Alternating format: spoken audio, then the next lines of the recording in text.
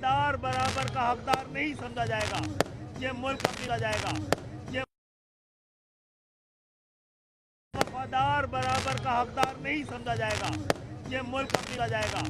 ये वफादार बराबर का हकदार नहीं समझा जाएगा।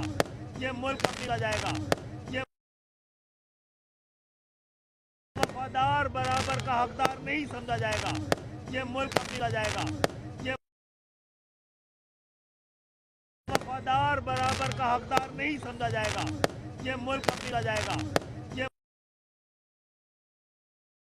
वफादार बराबर का हकदार नहीं समझा जाएगा। ये मुल्क अपना जाएगा। ये हकदार नहीं समझा जाएगा।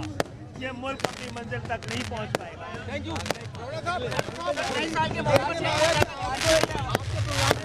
कोशिश की गया, ये सब क्या हुआ था? नए साल की खुशी में सबको माफ, जैसे पहले माफ किया, आप भी माफ किया।